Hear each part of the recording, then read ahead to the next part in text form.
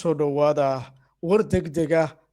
muuqaalkan waxuu si toos idinkaga imanayaa barta caalamka TV. halkan waxaanu ku eegi doonaa warka degdega ee weyn ilbiriqsiga taariikhiga isla markaana suurtagalka in uu horseedo dagaalkii ama dagaal weyn uu ka qarxa mandiqada bariga dhexe. rasmiyan dowladda Mareykanka gaar ahaan madaxweynaheedu waxa uu goor dhaweyd si rasmi ugu dhawaaqay in ay burburiyeen kamida goobihii hubka waxgumaada ee nukliyeerka ee dowladda Iiraan iyadu ay lahayd markaasi. dabcan waxaa la tilmaamayaa diyaarad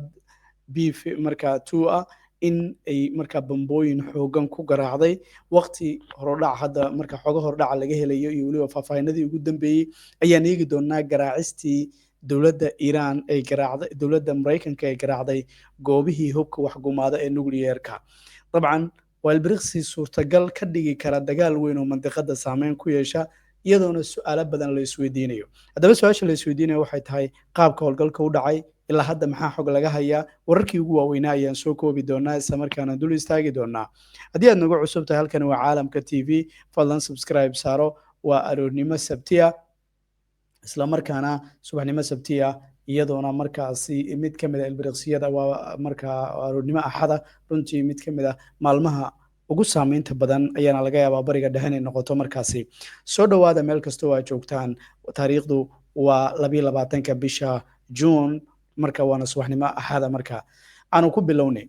wararkii ugu waaweynaa uguna dambeeyey telefishinka Al Jazeera ayaa goor dhaweyd wuxuu shaaciyey madaxweynaha dalkaasi Mareykanka Donald Trump in uu isagu warkan ku dhawaaqay isla markaana isagu ahaa qofkii ugu horeeyay ee ku dhawaaqay markaa maadaama isagu dowladda Mareykanka mas'uulka ah isla markaana isaga Mareykanka ayaa si toos ah howlgalkan u fuliyey ma ahayn Israel. marka si kasta ay kula jireen had diyaariyeen Mossadka qayb weyn ka ahaadeen laakiin Mareykanka ayaa door weyn ku lahaa oo fuliyey markaasi. wuxuu yiri waxaanu qaadnay weerar aan fulinay weerarkaas oo mid lagu guuleystay isla markaana wuxuu yiri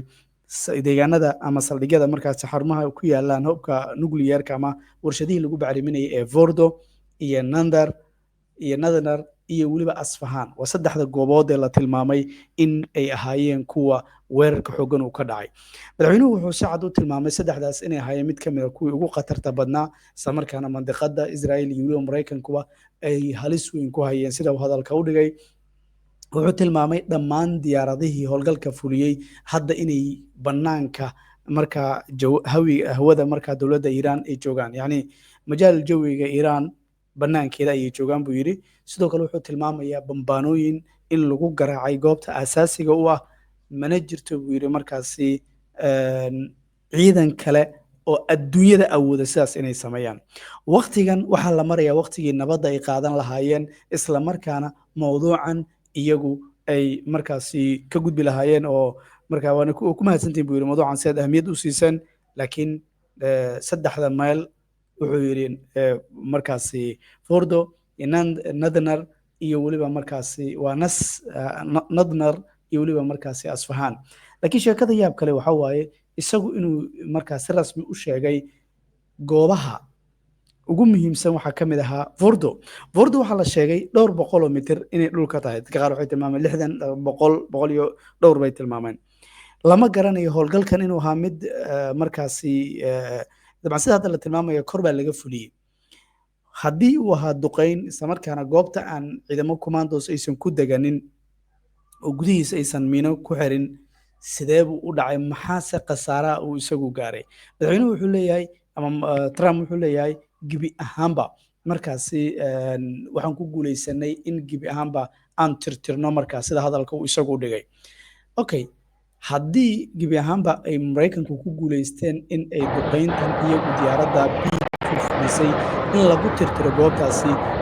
Iiraan waxay kaga falcelin doontaa. su-aasha ugu weyn iyo mowduuca ugu hadalhaynta badan saaka miyay laqi doontaa oo dhihi doontaa sakiintan carabka ayaa lagu saaray waana laqday calooshaada ay jirtaa oo waxay noqonaysaa markaa sidaada ku hilmaamo intaadii waxaad badbaadsan karta badbaadso. sidoo kale goobtaas waxaa la tilmaamayaa inay markaasi yaaleen markaasi qalab aad iyo aad qaali lahaa isla markaana sabab u ahaa inay gaaraanba heerka ku dhawaashaha hubka waxgumaada ee nukliyeerka. in heerkan iyagu ay soo gaaraan habeen iyo maalin kuma imaanin oo waxay ahayd markaasi juhdi weyn ay bixiyeen dadka reer Iiraan markaasi iyo weliba marka dhaqaale fara badan oo ka galay qalabkaasi meesha ku baaba'ay saameyn intee leeg baa ka dhalan karaysa marka la eego sidoo kale ishcaac hadduu sameeyo isla markaana waxaa ka dhalan kara cudurro halisa iyaduna miyaa laga fekeray waxaa la sheegay markii hore inay ku jireen shaqaale dowladda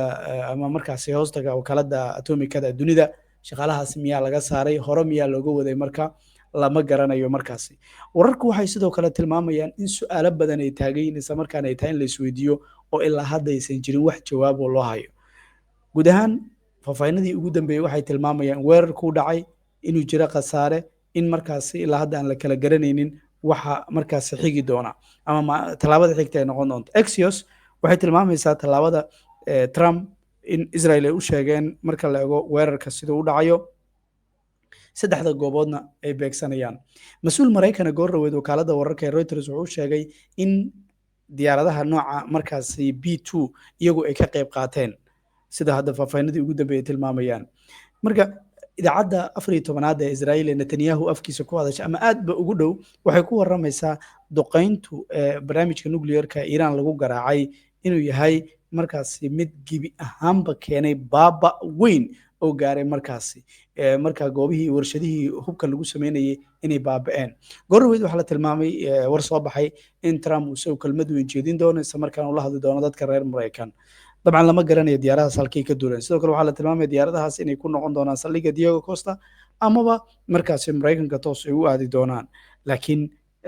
tallaabada xigta maxay noqon doontaa goor dhow hadda Netanyahu wuxuu hadda shir kula jiraa oo uu shir la galay madaxda ciidamada iyo waliba marka ragga ugu sareeya isla markaan laga wada hadlayo arrinta Fox News oo kale waxay ku waramaysaa in markaasi Fordo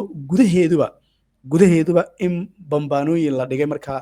laba bambo ayaa la tilmaamay in la dhigay markaasi يعني Fox News baa sidaas tilmaamaysa ila wareedda bay xiganaysaa markaasi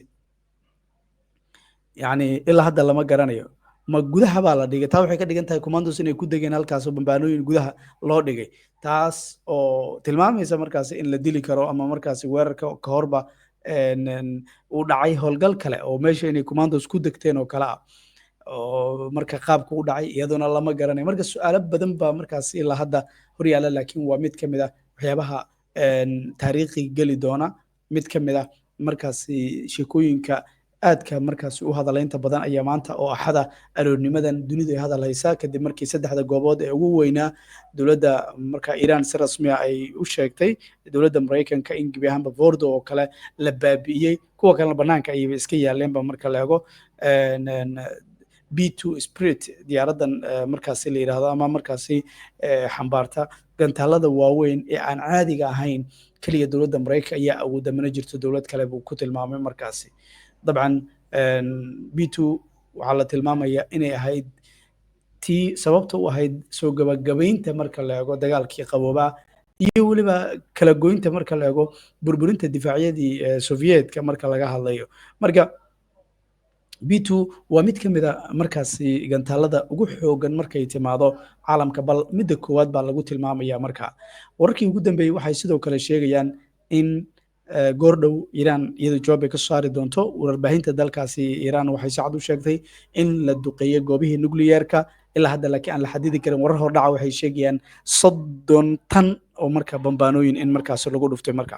30 tan waxa ahaa 80 ayaa lagu garaacay waan filayaa Nasrallah 84 tan bay ahayd laakiin tan waa B2 waa ka duwan tahay markaasi marka waan arki doonaa wax badan baan ogaan doonaa aad u mahadsantihiin daawadayaal insha Allah wixii kale ka soo kordha caalamka TV fadlan channelka hoosta subscribe saaro si aad u heshid wararka xiga insha Allah